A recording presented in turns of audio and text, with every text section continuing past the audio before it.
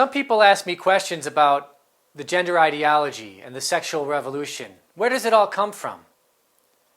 I think a place to start, or at least a place to understand, would be to go back to the author of the book, Sexual Revolution itself, Wilhelm Reich.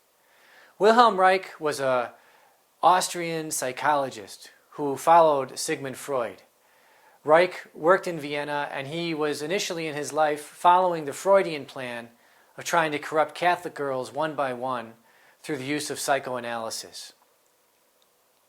Reich recounts in his diary a particular patient that he had, that he was trying to convince, to whom he was trying to convince that God did not exist.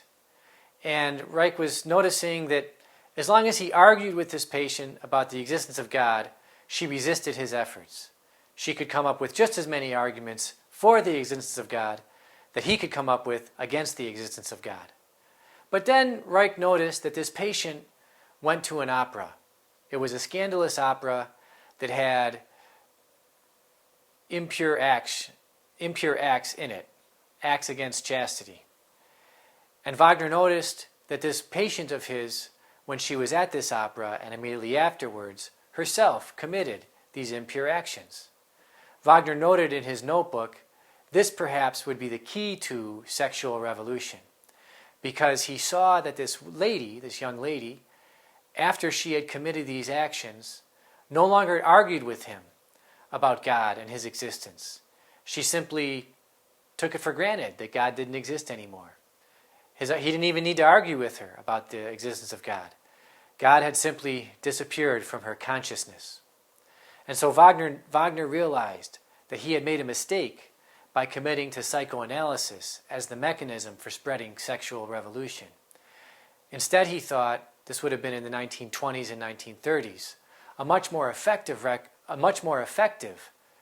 mechanism for spreading sexual revolution would be things like the television, advertising, radio, the theater, film.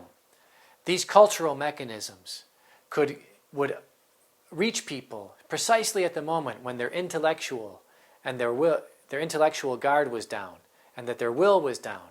It would allow for the rise of the passions in the soul. It would lead them to commit actions that by themselves would lead the people to no longer think about God, no longer think about the moral life. Because somehow in doing these actions, they would forget about the moral standards that they held themselves to earlier. And so Wilhelm Reich wrote a number of books in the 1930s, culminating in Sexual Revolution, in which he expressed this philosophy and the mechanisms that could be used to bring about a widespread sexual revolution.